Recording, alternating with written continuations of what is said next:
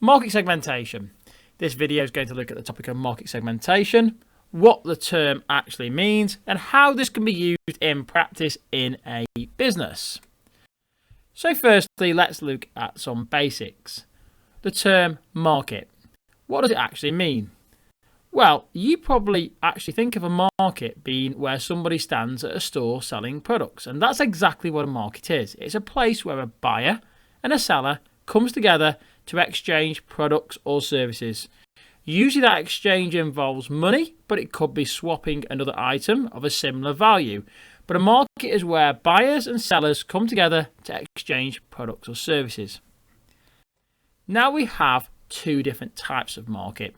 We have the business to business market, or B2B, and we have the business to consumer market, B2C. The business to business market is where one business will sell to another business. An example of this could be where Tesco, which is a business, will buy from a farmer, which is another business. So when that farmer sells the vegetables to Tesco, that's a business to business transaction, an example being in the business to business market. Where the business to consumer market is where one business, i.e. Tesco, sells to the customer, i.e. me. So when Tesco sells a product to me, that's a business to customer market.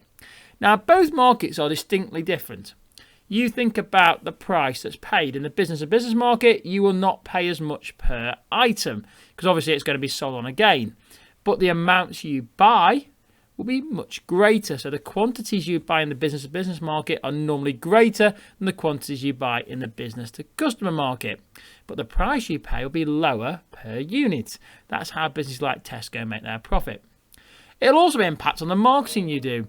Imagine, business to business, a farmer doesn't go onto the TV and he doesn't advertise his potatoes that Tesco are going to buy because he doesn't need to. Tesco will form a different form of relationship. Probably the marketing that be used more personal selling, where the farmer would speak and have a relationship with the Tesco buyer. That's a business to business relationship. Whereas the business to customer market would be totally different. It would be more based around the ambient advertising, for example, or the digital advertising, or the auditory advertising, getting it straight out to the customer so that we know celebrity endorsements. So the way that you advertise and market your products is completely different in these two types of market. So we have smaller sub-markets, and you see there I've got a car there. Now within each market we have these smaller sub-markets. Looking at my car there, what type of market do you imagine will be the B2C market where you go if you wanted to buy a new car? Well, I'm hoping you've told me the car market. So in the car market, we can actually break that down into smaller chunks. You can see there I have an orange. Why have I got an orange? Because it's got segments. So imagine the outside skin of that orange being the whole car market. Now within that whole car market there are smaller segments that you can actually aim at. So that one car is unlikely to appeal to everybody in that market.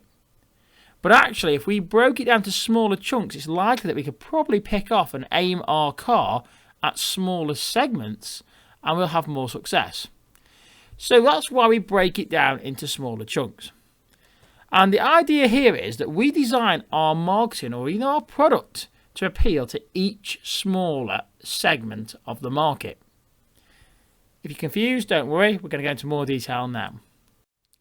So one of the ways we can segment our market is breaking it down by something called demographics, so demographic segmentation. So demographic segmentation is looking at things like the age of the customer. So you could design your product or you could design your marketing based around the age. So where you place your advert. So you might place an advert in the Times newspaper for an elderly person, whereas you might place the same advert if you're aiming for a younger person on Instagram. So the age could impact. Race could be another thing. You might look to change the product or the way you advertise based on the race of the customer you're trying to target. The religion of the customer. The gender of the customer. So it's not wrong to suggest that certain methods of advertising might be more appealing to males than maybe females. So it's well renowned that Facebook, for example, is much more effective at targeting males than females. There are certain colours that you're probably well aware, and we're not saying that it's wrong or right, but the reality is that the colour blue is more appealing to a male and the colour pink which is stereotypical, I know, is more appealing to a female, and that might be used in the promotions that are used. Just because it's a standard assumption doesn't mean it's the case for everybody, but that's how marketers try to work. You may try and break it down by family size. So the size of the family might have an impact on how you segment your market. You could do it by the ethnicity of the person. You could try and do it by their income. So are they affluent, so they're well off? Are they average income, or are they poor, for example? That might affect how you do your advertising and where you place your adverts. It might even affect the type of products you develop. Again, we can look at things like educational level, or we could do something which is called social economic group. Now, this is a way of categorizing people based typically on their lifestyle and their income. So you have categories like that go from A all the way down to category E. And if you're interested in that, give it a little Google, type in social economic group targeting or segmentation and see what comes up. Another word you might want to search for is something called acorn profiling. Very interesting way of doing it, and you can see where they profile you as a student, for example. But again, that is something that can be used, and you could target each one of them with the same product. So you could try and sell the same car to each one of them by doing different types of advertising, or you could develop a car, for example, that appeals to each of those different segments. If you think about Ford Motor Company, they have cars that appeal to all those different segments. Now, you could do segmentation based on the geographic segmentation. Geographic segmentation is what it says it is, your location. So, for example, a hot climate. So you could you could design products that only appeal to a hot climate, for example. You could design products that are only for sale in Europe. You could design products that are for sale in a city centre. Here's a classic example you might want to think about: small smart cars. They're all aimed in small city centres. Right, the UK, you might think, well, put on there. Well, we drive on the right-hand side of the road. So if you're making a car, you might design it for the UK market, and your advertising would have to be designed so that the driver is on the right-hand side, not the left-hand side of the vehicle. So you can see how it does have an impact on your location. The cold climate. So you might want to specialise in making clothes for cold climates, such as like North Face, for example, or Regatta, Craghoppers, anybody like that. They specialise in trying to target that area as well as go for the hot climate. Asian market, for example, a growing market at the moment that people are trying to look to get into. Whether you're in a rural area, another area you might want to consider. And you can even look at local. So you might want to break your segmentation down based on local needs. So wherever you're based, you try and appeal to those local needs. So that's what the segmentation is all about when you do geographical segmentation. Now, you can do psychographic segmentation. Now, that is more along the psychology. So, for example, your social class. So you could target people based on what class you think they are, based on their lifestyle and their income. You could do it to their attitude, so their attitudes to different products and their attitudes to lifestyles. Like, for example, if they are a higher social class, for example, they might like horse riding, stereotypical there again. But if you know that they like horse riding, then you would then naturally target people who are horse riders. Again, breaking it down to those smaller markets. And you could even do it based on the personality of the person. So you sort of spend a lot of money, as some companies do, learning about the typical customer's personality, and then they will design their marketing material to try and appeal to that type of personality so they buy into it. Typically doing that, you would then start to use celebrity endorsements, where you bring in celebrities who are most likely to appeal to the personalities of the customer that you're trying to target. And lastly, we have something called behavioural segmentation. Now, behavioural segmentation is based around what it says, the behaviour of the customer, typically.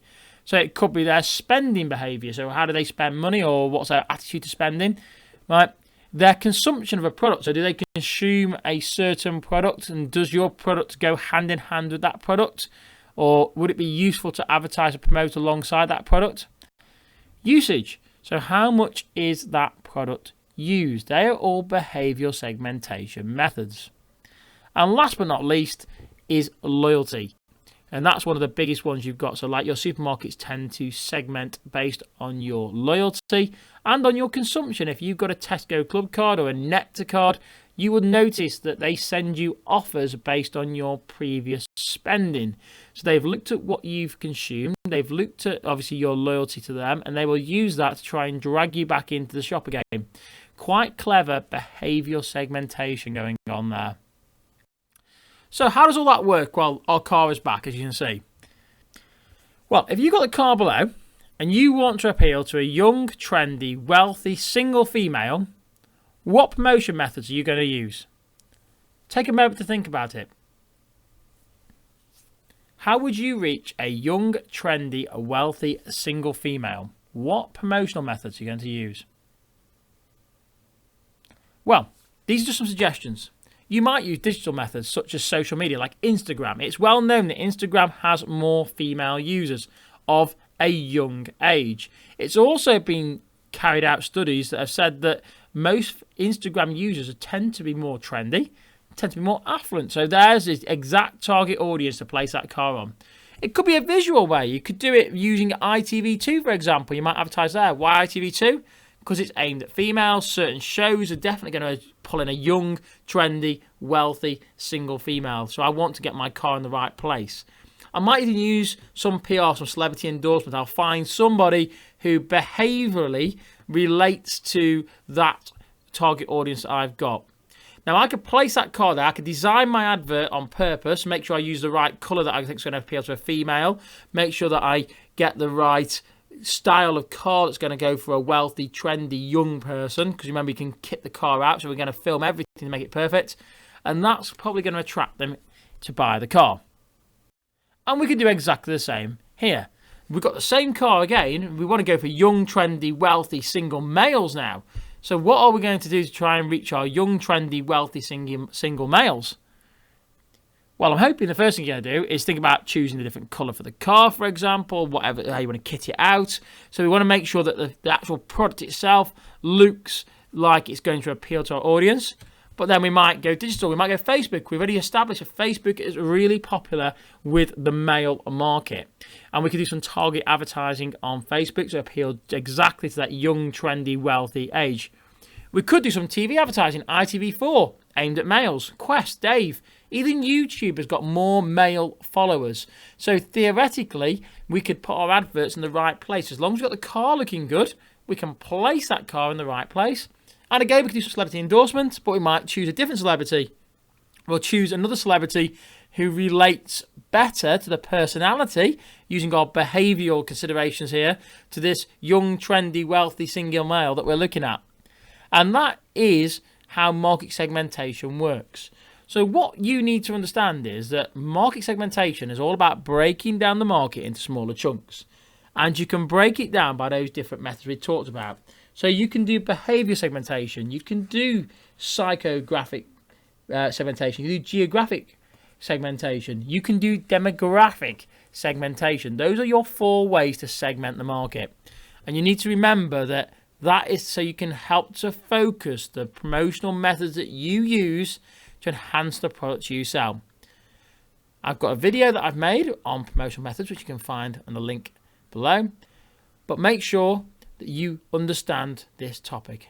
Don't forget to give it a like, a subscribe, and a follow. And until next time, keep buzzing.